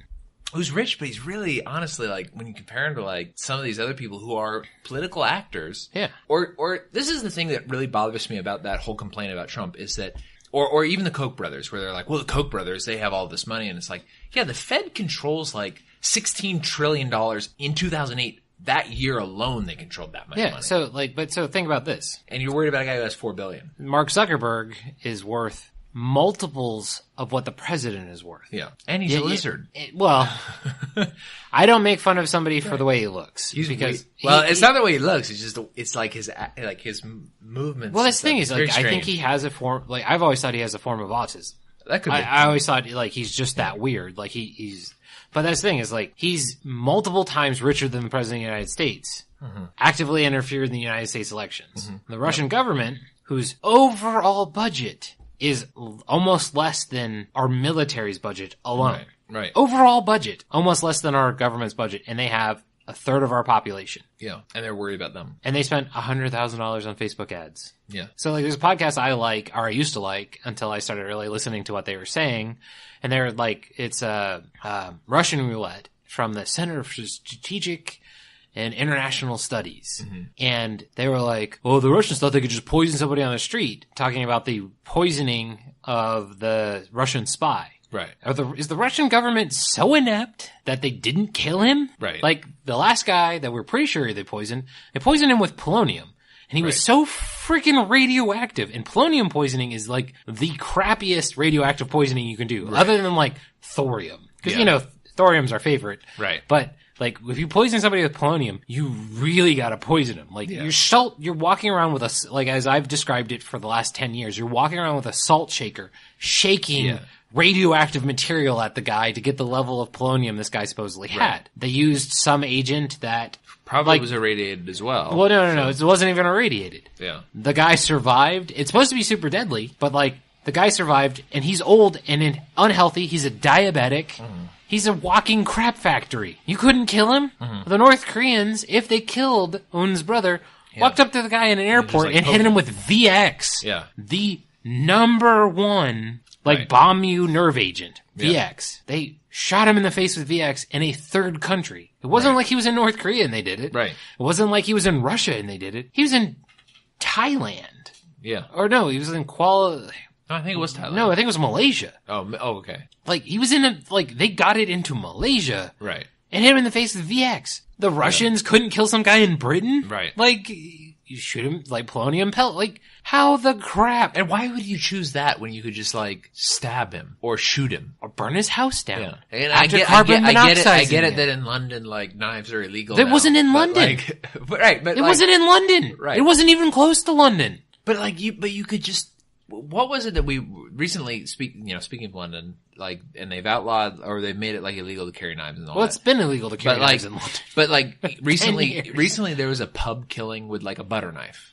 And like, it's like people are going to do it. So like why would you follow somebody around with radioactive material and like douse them with radioactive material when you could, if you really wanted them to die, and let's say you just wanted them to die horribly. Well, no, if you wanted them to die, you fly him to DC and you shoot him in the back of the head and put the DC police on it because they're going to think he got robbed. Right. Yeah, that's true.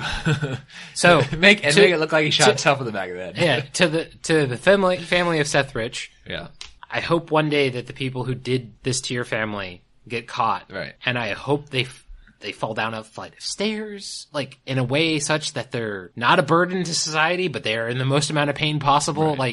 Like what they tried to do to Seth Rich for purely pointing out the fact that the people he was working for were garbage human beings is insane. Yeah. Like, and then like our favorite guy who supposedly ran the Silk Road, who's been in jail. I can't remember his name. So not Seth. Actually, I think his first name is Seth. I don't know why I want to say Seth Meyer, but that's not definitely not Seth Meyer. But it's But like that's the thing is like you're telling me it's not Seth Rich, is it? No, Seth Rich is somebody else. Okay. But like that's the sort of thing where it's so insane to me that like we're risking nuclear war. Right. And that's the thing is like I don't think we're really risking nuclear war with the Russians. No. Well, I think it really people blow this up a lot out of proportion, but it's kind of at the same time it's like so let's at its worst, let's say that Assad for some reason, even though he's winning, decided to gas 60 people.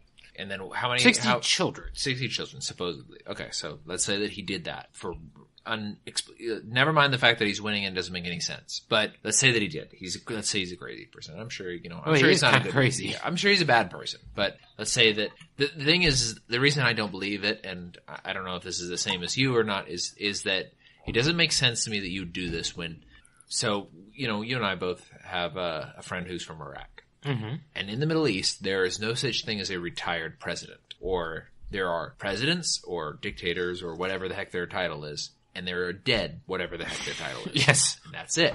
So Assad, or there are people in asylum. Or they're exiled or whatever the deal is. No, asylum. They flee while they're in charge. But that's what I mean, like exiled. So like they go to France or for whatever reason. Because there's a bunch of the dictators that go to France for some reason. But France won't kill you for anything. Yeah. But whatever the deal is you have or like just look at like Gaddafi. Sodomized to death in the streets, like with a knife. So this is like a really terrible way to die. So of course Assad's not going to give up power. Now he's winning. He's got the support of the Russians. And the Iranians. And the Iranians. Well, to a lesser extent. They are helping, but like, you know, the Iranians are in a bad shape. And that's one of the things where like, I don't know why they always are like saying like how dangerous the Iranians are. They're in a bad position. They're in a bad position because their people aren't turning on them. Right. So this is why this is why Iran's the boogeyman. Yeah. They don't view the Ayatollah as the problem. Right. They view the United States as the problem still. Which they right. should. They should, yeah. I mean, totally legit problem. But the problem is they don't view the United States. So I think this is where you're going, is what advantage is it to take the one thing that's guaranteed to redline the countries that have been saying, we want you dead. Well, we want you dead in the streets. This is not what I'm going with. Okay. This is the thing is, even if he decided against all of those things and decided to gas these people, how many people did those rockets kill that were civilians? I don't even know that any hit anybody. I don't know either. But the thing is that what I do know is that the United States 8 months ago used white phosphorus in Syria and killed something like 84 civilians. Well, you remember that time we showed up to the hospital that we knew was a hospital, and then we gunned 80 people to death? Mm-hmm. And remember that time when the United States, the United States government decided to force these people who were duped into serving the United States to irradiate Fallujah, where there are kids who were not even born at the time, who are now born with horrific, incredibly painful birth defects, who will live only for a couple of years, and that entire expanse of their existence is pain.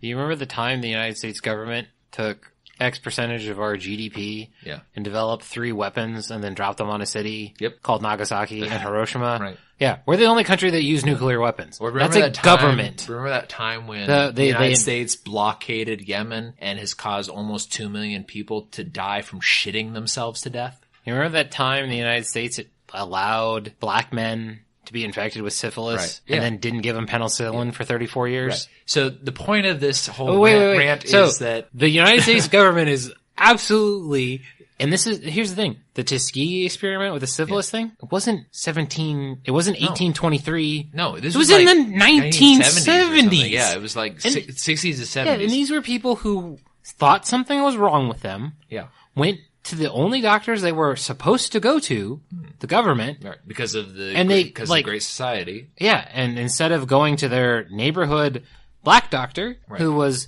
just as intelligent and would have been like, you've got syphilis. Here's a shot. And syphilis bores holes in your brain. Right. This is American citizens. Right. And we're worried about, and here's the thing. And you're worried about, first of all, you're worried about possibly 60 people, which has not been confirmed. Let's call it really 60 people. 60 people. Okay. How many has the U.S. government killed today by leaving them in jail? Yeah. This is just incomprehensible to me. And then, I just don't understand it. Why, this is, and I guess it's because of the media complex or whatever, is that the mainstream media does tend to support the government, is that I don't understand why anybody would trust them to make a moral judgment. They are so morally repugnant that you cannot trust them to make these decisions. And they're absolutely disgusting. These are disgusting people who are in charge. And, Trump is from outside of it, but at this point, he's a murderer.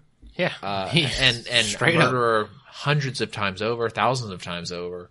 And whether he has the power to do it or not, I don't know. But when you allow yourself to get in that position, you're responsible. All in the name, at this point, as far as we can tell, of Saudi Arabia. Yeah. And Israel. Right. Not to be those guys, but straight up, that's what seems to be leading this. Now, got another question for you. Right. Where can people follow us? They can follow us at tastinganarchy.com and Tasting Anarchy on Twitter. And Twitter, for when you go on rampages against people. So yeah, mostly lately, the only thing I've been doing is whenever Dianne Feinstein or John McCain post pictures of their family, I always say stuff like, wouldn't it be a shame if somebody in another country voted to drone bomb them? Yeah. And then just leave it at that. I can't believe John McCain's still alive. I don't know. How is that guy? Yeah. There was those poor brown babies. Yeah, there was a really great April Fool's joke where somebody posted that he had passed away. That is not a great April Fool's joke. I was like, oh my gosh, thank God. Finally, that the world can have some peace. Yeah, but then it turned out it was not true. But you know what? I'm convinced of this, is that there is this whole Bohemian Grove, weird black magic stuff going on. And I think that the way that John McCain is sustaining his life and his 106-year-old mother's life is that they have to like have like sacrificial rituals of like brown children. You know what it's called? It's called the Federal Reserve. That's what they're like, they buy these kids and they're like, well, it's just like sacrifice. Well, we just need a couple hundred and then we'll get an extra year of life. Cause like, got an extra 35 seconds. yeah, right, exactly. So, oh, wait, you hit a hospital? Oh man, 2 minutes. Ooh, 2 minutes. Yeah, exactly. I mean, like it's, and the thing is, I feel bad cause like I listened to his daughter and his daughter sounds really nice. She's a political commentator and she's actually pretty attractive, but, which is, kind of besides the point, but, although she put on a huge amount of weight these last couple of years, but, very voluptuous. But anyways, he's like, just the amount of people, and it's the Tom Woods law, which is no matter who you vote for, you always get John McCain. And it's absolutely true. Is that a lot of people, and we've got like Ann Coulter now, and, even like not Michael Malice, Milo Yiannopoulos and like these types of people who were really big Trump supporters. And I think they still kind of are, but they're kind of going like, no, we voted for you to put America first and not go and involve us in Syria, like not involve us. That's the thing is like, I think Milo was more like Ann Coulter, screw her. I think Milo, I haven't listened to Milo recently, but like Milo had several times was like, you guys realize like I'm not really that big of a Trump supporter. Well, I'm just not, it's just so never Hillary. Yeah. That like this is the boat. So I think Ann Coulter has really come. There was a lot of these kind of people who Ann Coulter did it all for books. Well, I'm sure she did, but like a lot of these, I guess I would say conservative voices or whatever, that I would have considered a long time ago neocons, like what's his name, the dude with the bow tie. There's a lot of guys with bow ties. Yeah, I can't remember his name, but he has a show on Fox now. He kind of replaced O'Reilly. I can't remember his name, but anyways, like I would have considered him many years ago a neocon, and he's kind of come around a lot, particularly on the war issue. And he had a big thing recently on Fox News about like is it Jeffrey Tucker? Not Tucker. No, Jeffrey Tucker is the anarchist. But no, it is Tucker Carlson. Tucker, yeah, the other Tucker. Oh man, like that because. So Jason Stapleton was talking about Tucker Carlson and saying like he was liking a lot of stuff he was doing recently. And then he had Jeffrey Tucker on. Yeah. And I could not remember Carlson. Yeah. And like I kept thinking like, wait, you knew this guy? Like, why didn't you call him? Like, well, Tucker Carlson. Jeffrey Tucker, great by the way. Jeffrey Tucker is I've really liked him, and he's part of a competing institution with the Mises Institute, and he used to be with the Mises Institute, and he's kind of gone left libertarian a little bit. But he's written a lot of books that I really like, and he's also a hardcore Catholic, and so like a lot. So he has this really good. Are you surprised by that? Yes. Really? Okay. Because it was his lisp. He does sound gay. Yes. Yeah, but he's not gay. Well, or he may be. I don't know. But he's married and he has kids and stuff. But but he's a smoker, and that's always what bothers me. But it's because I'm a Californian. But so no wonder you don't like Dave Smith's. Yeah, exactly. Oh man, I was so upset when I heard that Dave Smith smoked. I was like, I gotta get on Twitter and tell him he needs to stop smoking. But like, I think it's all a Californian thing. But like, well, it's mostly because I care about these people. I don't want them to be unhealthy. But you only think it's unhealthy because the government told you so. Yeah, I'm pretty sure. Yeah, that's true. No. I'm pretty sure it's unhealthy. There's a lot of evidence that if you are susceptible to cancer, smoking is not a good thing to do. Yeah. Now, granted, like it's the same sort of thing as like plutonium or whatever, or radiation in general, where they're like, well, is it 10 rands or is it like? Or not rands. Whatever it is it 10 or is it 100? What's going to kill you? And like some people like liquidate at this amount, but other people are like, well, it's fine. Yeah. They're like, like I ate cigarettes too. Yeah. You smoke 2 packs a day. It's like, I also ate cigarettes. Man, I was and so, the filter. Like, you have no idea how bummed I was when I heard Dave Smith, like, on that Liberty on the Rocks podcast. Which, by the way, the Virginia Beach Libertarians had Liberty on the Rocks before them. Yes. And, anyways, but that's neither here nor there. Tidewater Young Libertarians. Yeah, the Tidewater Young Libertarians. But, like, when I heard he was a smoker, I was like, no. Like, I was so upset by that. But, anyways, but Tucker Carlson was a huge Iraq war supporter in Afghanistan back in the day, and he has done a 180 on that. And he's like, he's apologized multiple times. He's like, I was wrong on that. Like we should not have done that, and I was misled. Like, and he was at CNN at the time, And he was like, we had all of the government experts coming in telling us stuff. And I was like, oh, they've got all of these chemical weapons. They've got all of this stuff going on. And he believed it. And he says, but now he's like, I don't believe a word they say. Like, he's like, they're all liars. Like they will say what they're told to say, and they will make up evidence to support it. Well, I mean, there's like Rumsfeld created a intelligence branch of the army to get evidence to countermand the CIA to go into Iraq. Right. And that comes from Frontline, right. Which is like super left. Yeah, exactly. And also and it's not even like you need to trust the CIA. They make up stuff all the time too. This is the same organization who was like, we need some more money. They did that. But then they were like, we need some more money, so let's bring crack cocaine into like black communities in California and elsewhere. And that's how we'll make money. Ingenious that they knew it would work. Right. Terrible they did it. Right. Like, I mean, it's... Hello, brother. Homie G. Would you like to buy some crack? Would you like to have your life ruined by us again after disproportionately forcing you into these ghettos? Yeah. Yeah, I mean, they did that, and they're a terrible organization. And they are telling you that, like, no, there's no problem. We don't have this information. Yeah. They're like, look, we want it to be true. Right. Can you make it true? Right. Yeah.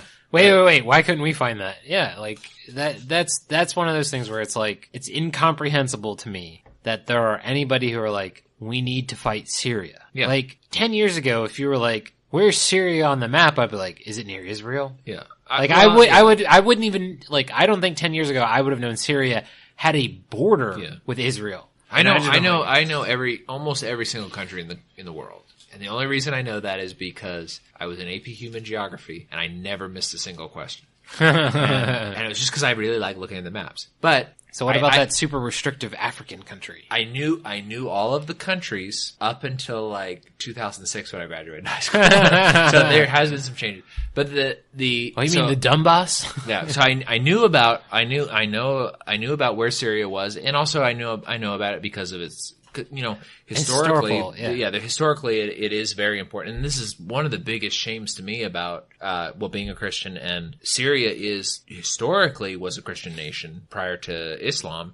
And there are so many Christian sites there that have been destroyed by this war. Yeah. And it's a shame. By our federal government funding. And speaking of which, psychos. The majority of the Christians in Syria support Assad because he's secular. And the majority of Syrians support Assad because they're like, we don't want to die with these crazy people. Yeah, it is. It's like, yes, Assad wasn't great, but like they knew that, like, don't do this. Right. Yeah. Oh, wait, you want to go punch a bunch of babies? He's going to kill you. Yeah. Like, don't do it. Yeah, I mean, he's a nut.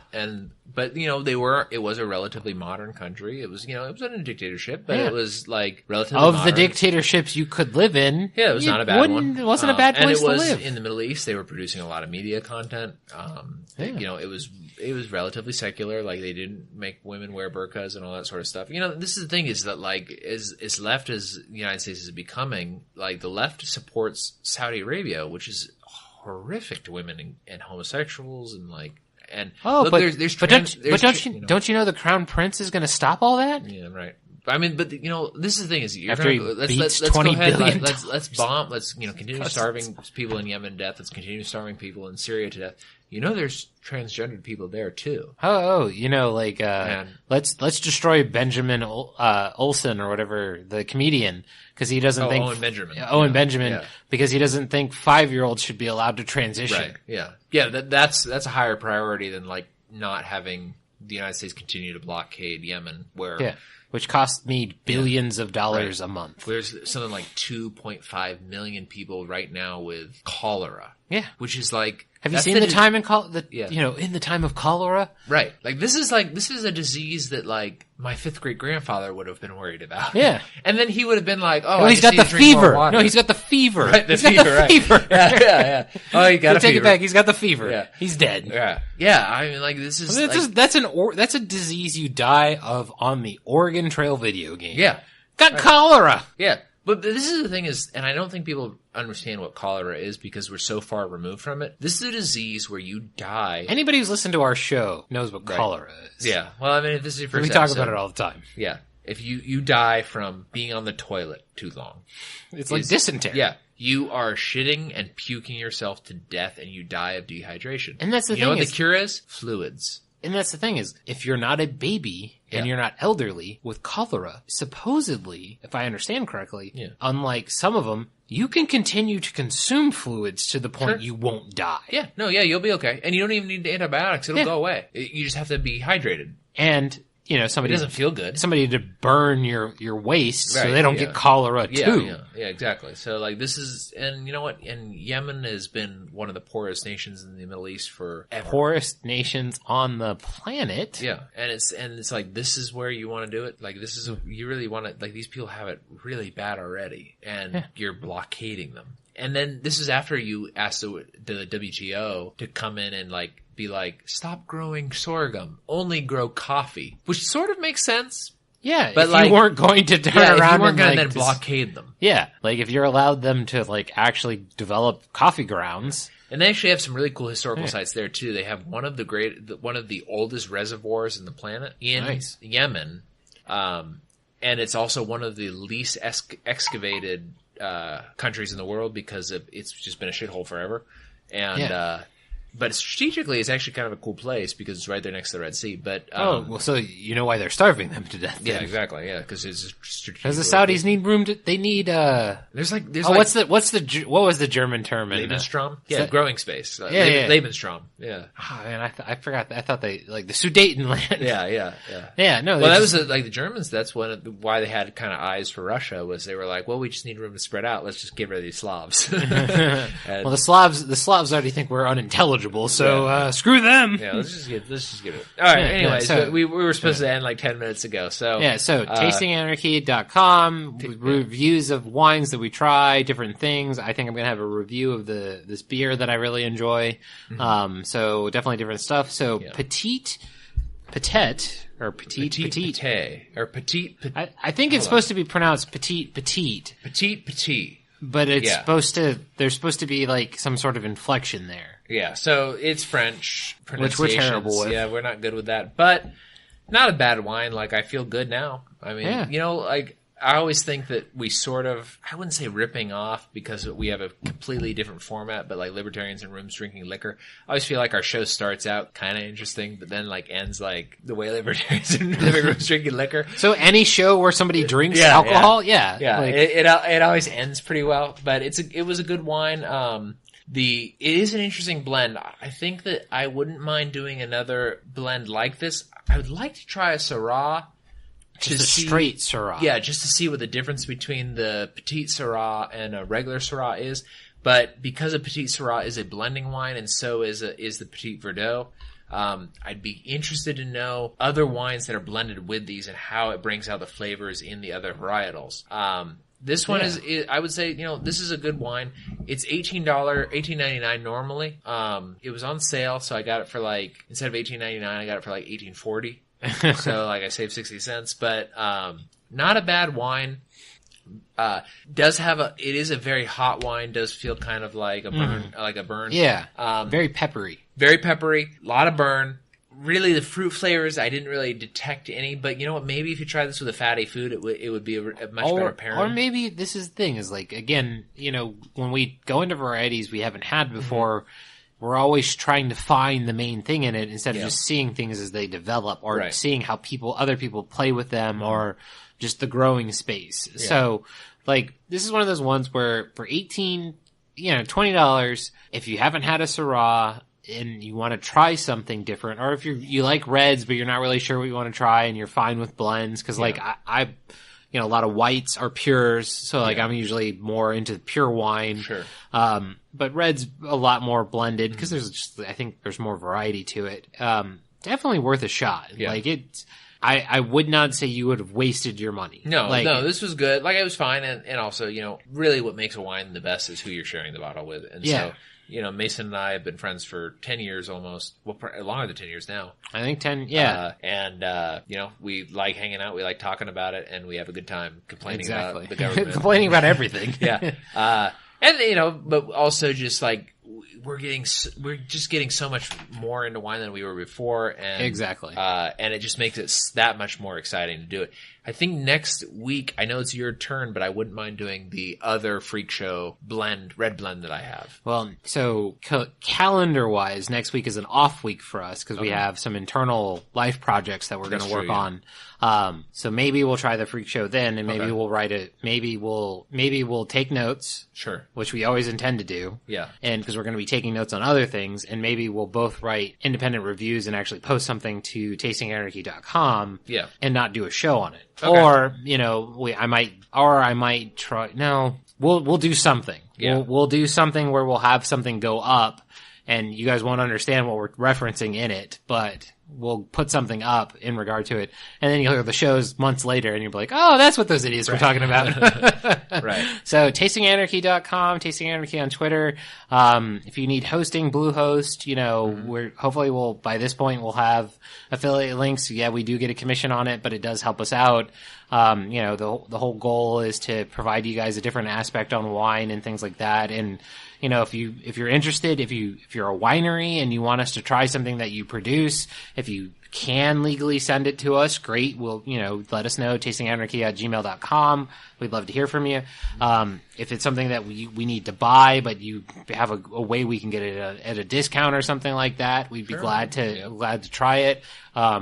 We're not adverse to suggestions for wine types or wine varieties of type, or if you listen to a show and we badmouth your favorite wine, or we love a wine that you guys just absolutely thought was dog crap, let us know. We